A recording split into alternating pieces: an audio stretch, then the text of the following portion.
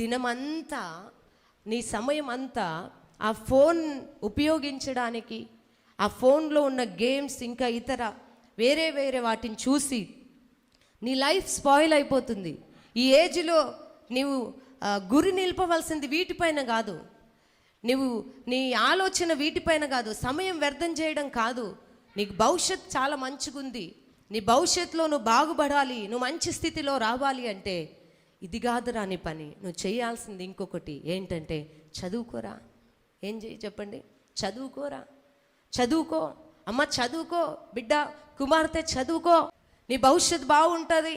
మేము చదువుకోకనే కొంతమంది తల్లిదండ్రులు చదువుకోని వారు ఉంటే వారి పిల్లలతో ఏమంటారంటే, ఒరేయ్ అమ్మా, ఒకప్పుడు మేము చదువుకోలేదు, మా తల్లిదండ్రులు మాకు చెప్తే మేము చదువుకోలేదు, అందుకే ఈరోజు ఒకరి కింద పనిచేసే పరిస్థితి అయిపోయింది.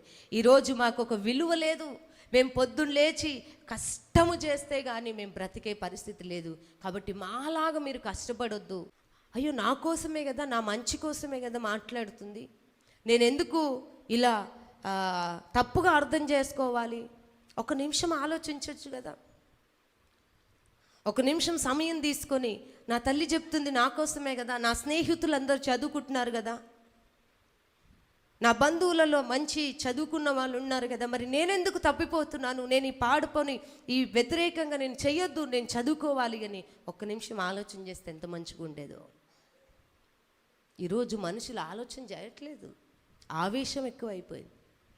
ఆలోచన తక్కువైపోయింది, ఆవేశం ఎక్కువైపోయింది. దేవుని బిడ్డలారా, అలాంటి వారిని దేవుడు అసహ్యించుకుంటాడంట. అలాంటి వారి వైపు దేవుడు చూడనే చూడడు.